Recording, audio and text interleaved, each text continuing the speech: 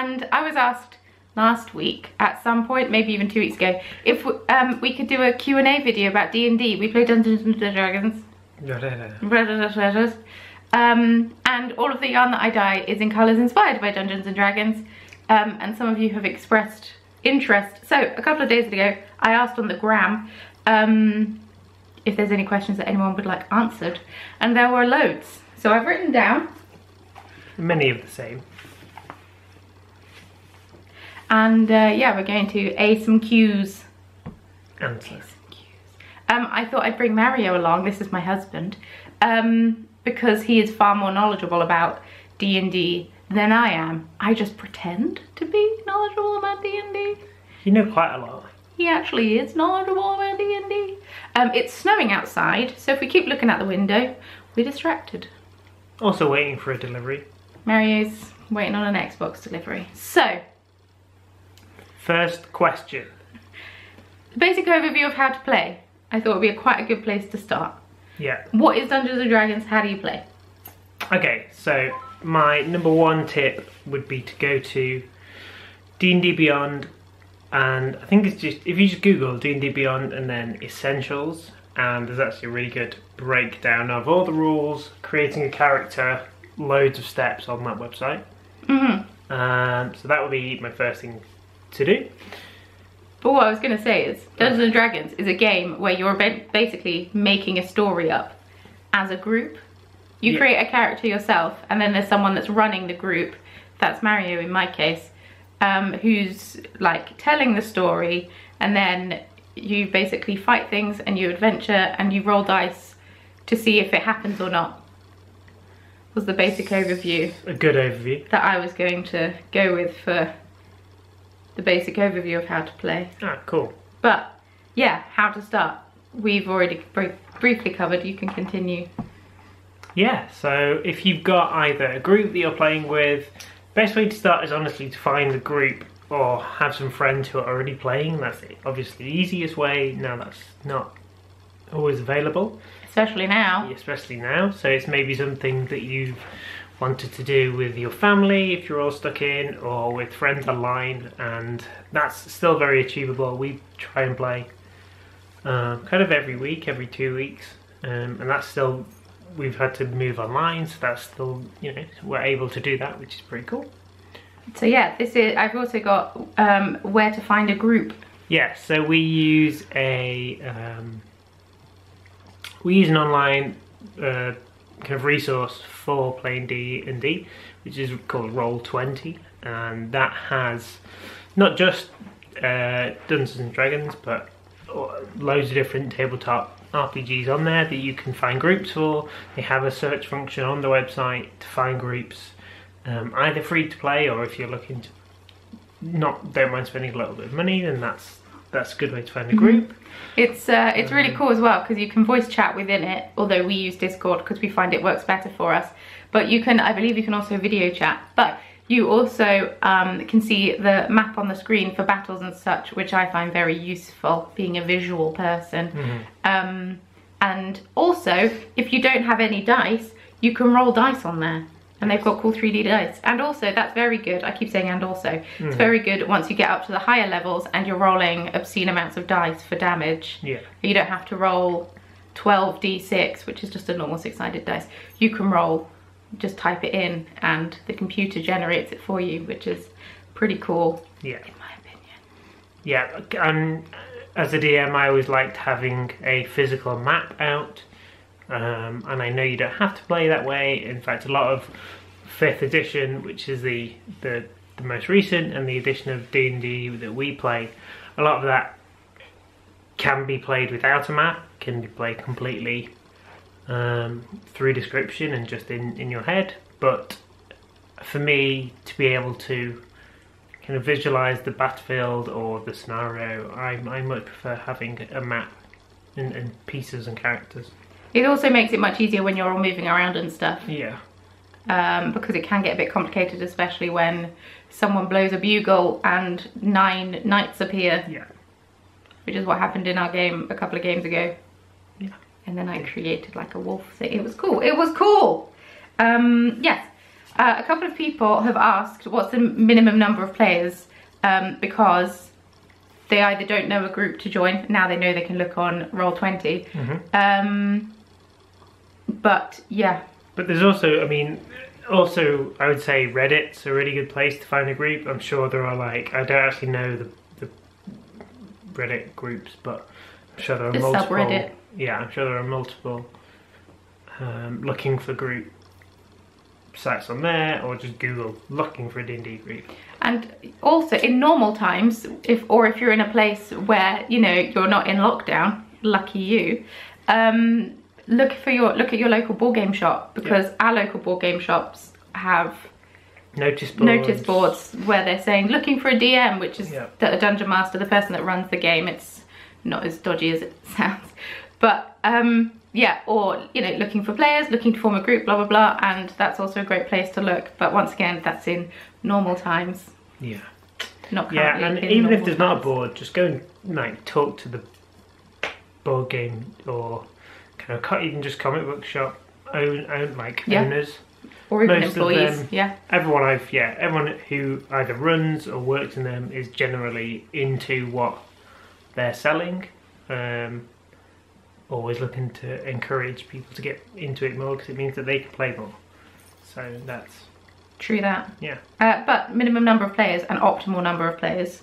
I mean, we've played just the two of us sometimes. Yeah, it's possible. I don't think it's as fun, but I think it'd be a good place for definitely a new DM to start, because there's just far less to think about.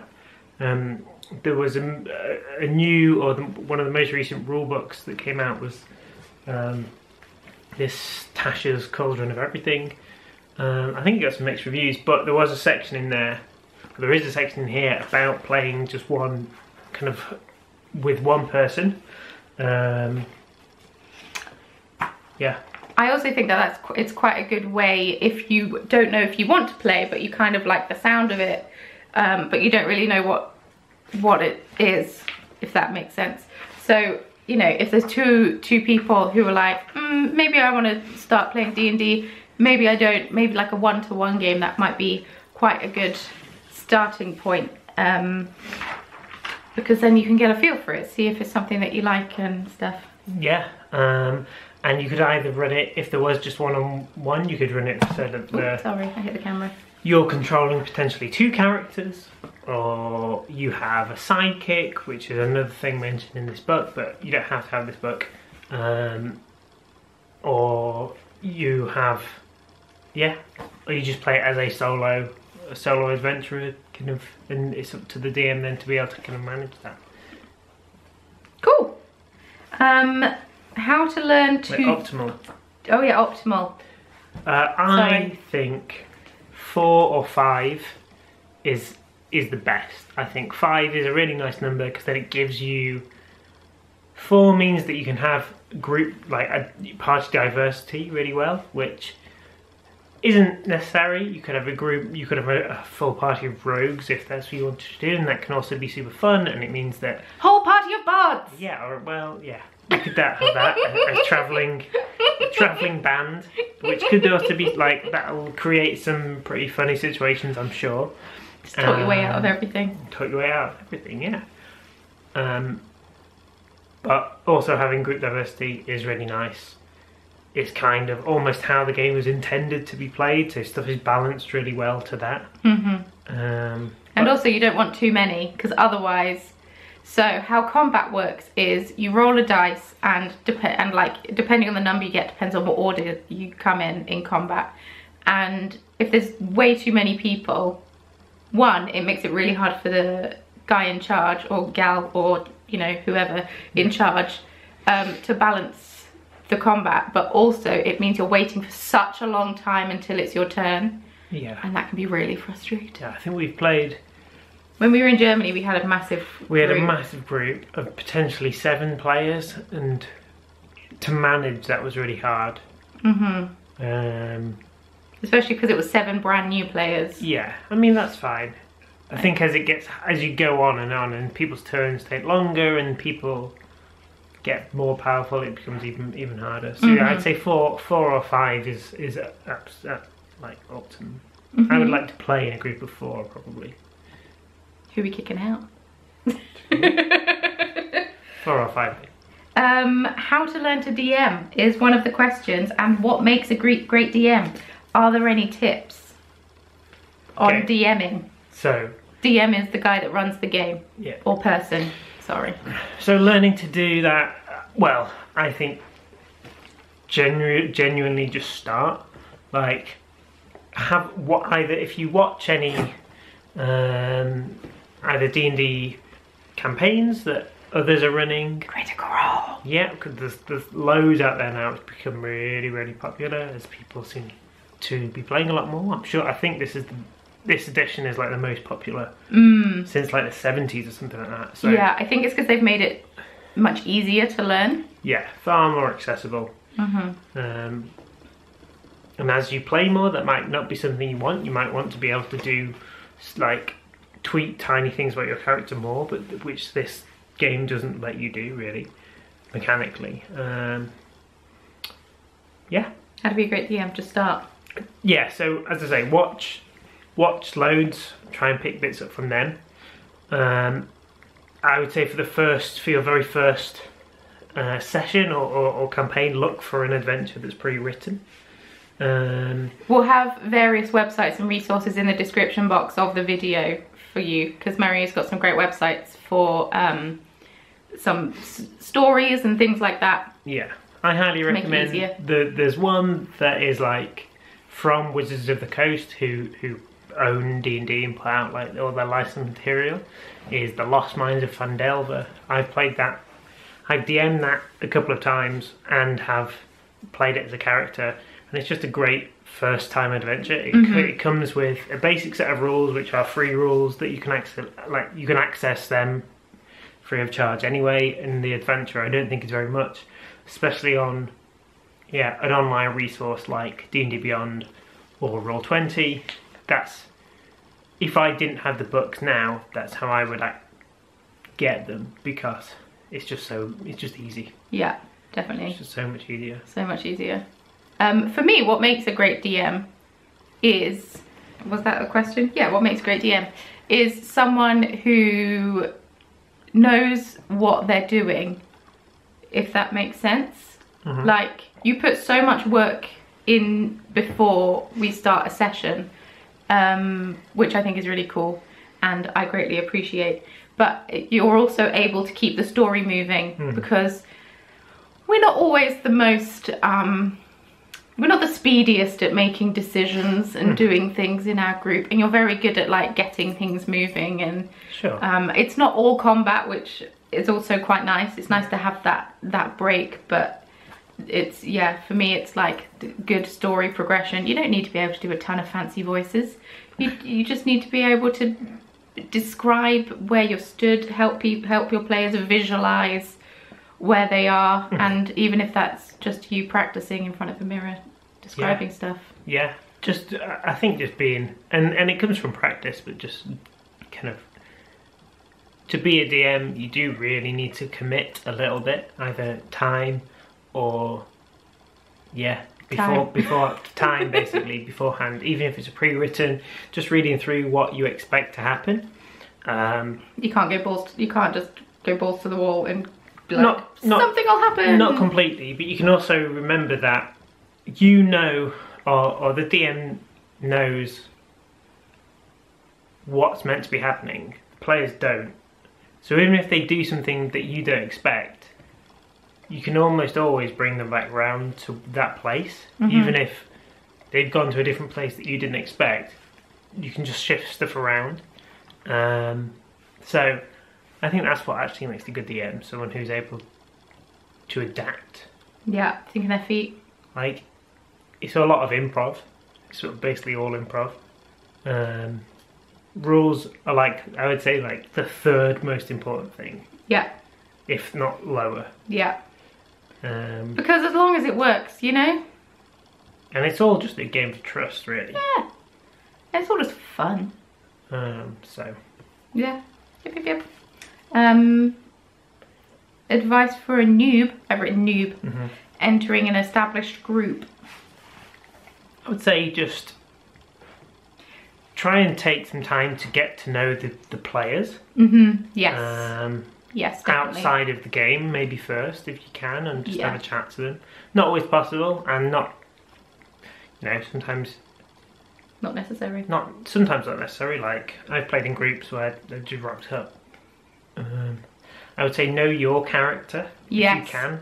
Know what you're able to do, because that's really annoying if you're going into an established group who maybe they're all very... on it. Yeah.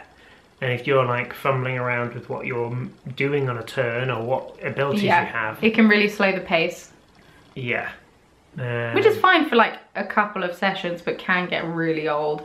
Yeah. And communicate with the DM beforehand about your character, about their backstory, if you're able to do that. I think entering into an established group is obviously harder than all starting together, because they've already got characters. Their characters have relationships with each other, yours doesn't. And also they might be at a high level, so you might be going in at a higher level, so just try and... When I first started playing D&D back in Germany, I made a little cheat sheet for my character of like, cool, this is what my character can do in combat. This is I played a half-orc barbarian. So I was like, this is how many rages I get. This is what my damage is. This is how many times I can hit things, blah, blah, blah, blah, blah. And it was actually very helpful to the point where I make cheat sheets for various other characters as well. Now I don't need a cheat sheet, and then I forget things that I can do. We'll forget stuff. Like, yeah, it's very frustrating. But those were the kind of generic questions. Bit of a snowy morning cat watch. Cat on a stump. And it's snowing. I think it's just the one cat who's back to the stump. I feel like they're going to have a bit of a shock when they wake up. So we were also asked some questions that were more personal to our gameplay as opposed to the generic gameplay of D&D en general. And the first one is, how did we start playing? Well, I started playing in Germany, as did Mario. I believe someone at the school that you were teaching at ran a group. They didn't even run a group at that time. I think I heard that they played, and I'd always wanted to try it. Not even knowing very much, but this was before it had really... I think it wasn't very long after 5th edition came out. And yeah, so I managed to talk him into running a campaign, because he used to play when he was younger. And then I played that for a few months. What was your first character? Because that's one of the questions That's one of the questions. I played a rogue, gnome, called Zeke. Zeke. Who had little crossbows and was rolling around shooting crossbows at people. Basically. It's pretty cool. It was cool.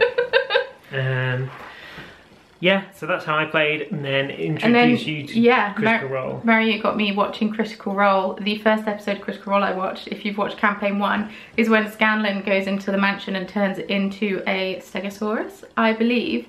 Yeah. And basically is just absolutely a great bard. It's really funny. And then I was like, well, now I must watch it. Now I understand what Dungeons & Dragons is. It isn't just a bunch of people sat in a basement.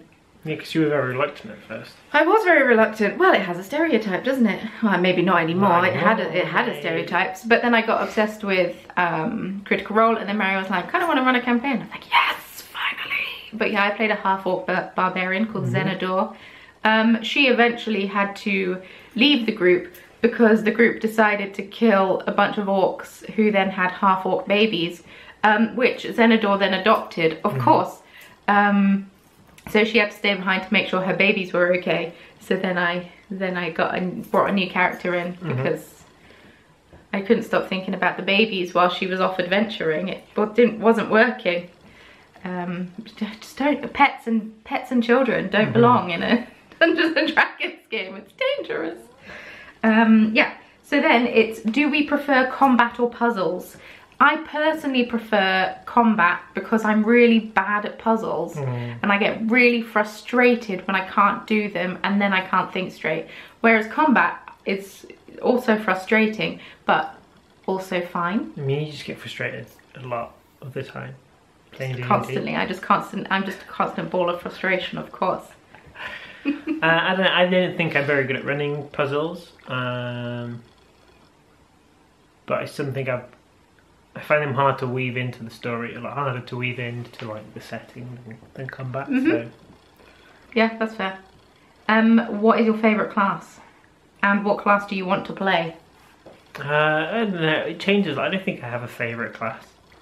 I really like wizards because I think they're very versatile. They're really cool. I don't know. I want to play a wizard, I think, next. Yeah.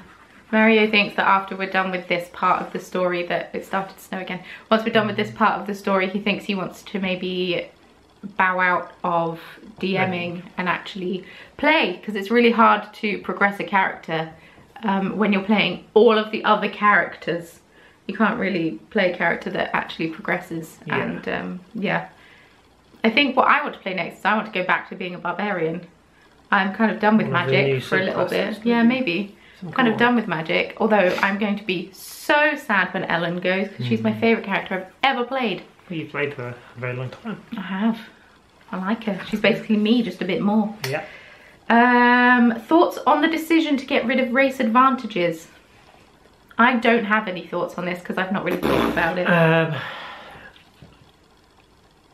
Yeah, I'm not really bothered Some race advantages are kind of annoying. by it. Like the halfling one that you were talking about the other day. I mean, yeah, but that's not about it being racist. That's just that rule in general. The look rule is just absolutely ridiculous, right? Yeah, that's fair. The look and the halfling look. I have no thoughts. Yeah, I'm not bothered by it. Okay. Those changes. Okay, and then the final question I've written down is, has Hannah ever DM'd? So yeah, I have. I ran a one-shot campaign around our table in our old house in the before times. Yeah. I think it was like February. It was only last year, I think. Was it? That's so long ago. It does, a lot's happened in a year. I don't think it's for me. I don't really have the attention span. I got a bit bored in the middle of the combat and my mind drifted off, and it can't drift off. You've got to be on it, which is kind of exhausting. But, you know, yeah. I have DM'd. I'm not very good at it. Yeah, you're right. It comes with practice, just like playing though. Yeah, it was incredibly nerve-wracking. I didn't realise how nerve-wracking it would be. And then I, you know, forgot a main rule. Well, okay, so there were these things that were like electric eel type things, I seem to remember. And they couldn't, they were immune to electricity damage. But then I just ended up them all like killing each other through electricity damage. And then afterwards I was like, oh, they weren't meant to die. But you just roll with it, it's fine. Yeah, it was okay. Ooh, it was really nerve-wracking. But yeah, I'm looking forward to playing a different character and seeing where that takes. Yeah. But that's it, that's all the questions that we've got. So, if there's any other questions that you have, feel free to ask them in the comment section below. If we get enough of them, we might do a round 2. Yeah, absolutely. Yeah. We'll put a load of links to some videos that I think are really helpful. Looking to, some really good YouTube, well, lots of YouTube channels. Highly recommend watching anything by Matt Colville. He's just a really good DM. Yeah, so any of the videos put out by the official kind of D&D YouTube channel are often pretty good. Yeah. That's it really. Yeah. Any relevant links will be in the description box below, along with my social media. Do you want yours put down there? No. Do you want your, okay. Not Maria's Instagram, just mine. Link. But yeah, if you'd like to follow me on social media, please feel free. Links can all be found in the description box below. Yeah, if you'd like to subscribe, that would be nice. Turn on the notification bell so you can be notified every time I post a video. I'm currently posting 3 times a week. Ding, ding, ding. Ding, ding, ding. Which is pretty exciting. You all seem to be enjoying it, so thank you very much. And leave a comment in the comments section below. Are you in a D&D group? Do you play D&D? Do you D in the D? If you're looking for a group, put it in the comments, and then there might be others looking for groups. Oh, that's a really good shout. Yeah, let's also do that. Yeah. It's kind of like a vloggy check-in, but not quite. But yes, with all that being said, thank you so much for watching, and we'll see you very soon in Wednesday's video. Wednesday. Bye. Bye.